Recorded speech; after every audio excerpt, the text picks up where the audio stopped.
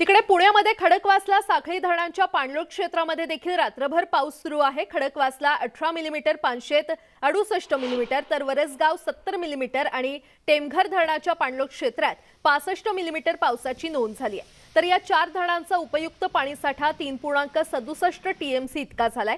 गेल्या 3 दिवसात या जलसाठ्यात तब्बल 1.25 टीएमसीनं वाढ झाली आहे। त्यामुळे पुणेकरांवरील पाणी कपातीचं संकट लवकरच दूर होऊ शकतं आणि याच परिस्थितीचा खडकवासला धरणावरून आमचे प्रतिनिधी चंद्रकांत फुंदे यांनी सविस्तर आढावा घेतलाय।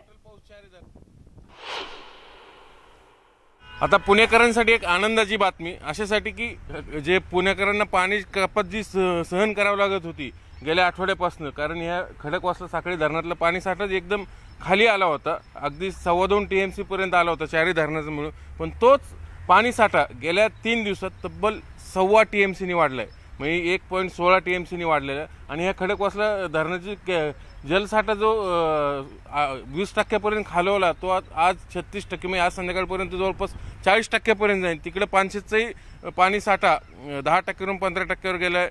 तिकडे टेमघरही जे नील होतं पूर्णपणे ते आता जवळपास 2.25, 3.5, 4% आले।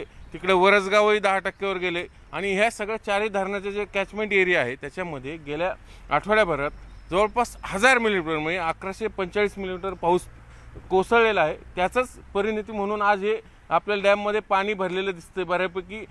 थोडक्यात पुणेकरांची सध्याची जरी पाणी कपातीचे आपल्याला पालिकेने सांगितलेले 10 दिवसानंतर आम्ही पुन्हा आढावा घेणार, थोडक्यात 10 दिवसानंतर पुणेकरांवरील पाणी कपातीचे संकट हे टळू शकतं, अशीच सध्याची ही धरणाची परिस्थिती आहे। जर आणखीन हा पाऊस असाच पडत राहिला तर लवकरच पुणेकरांवरील पाणी संकट जे हे कायमचं टळेल आणि पुणेकरांना पुन्हा पुरेसं पाणी मिळेल अशी आशा करायला हरकत नाही। व्हिडिओ जर्नलिस्ट सचिन हंचाटेसह चंद्रकांत फुंदे, न्यूज 18 लोकमत।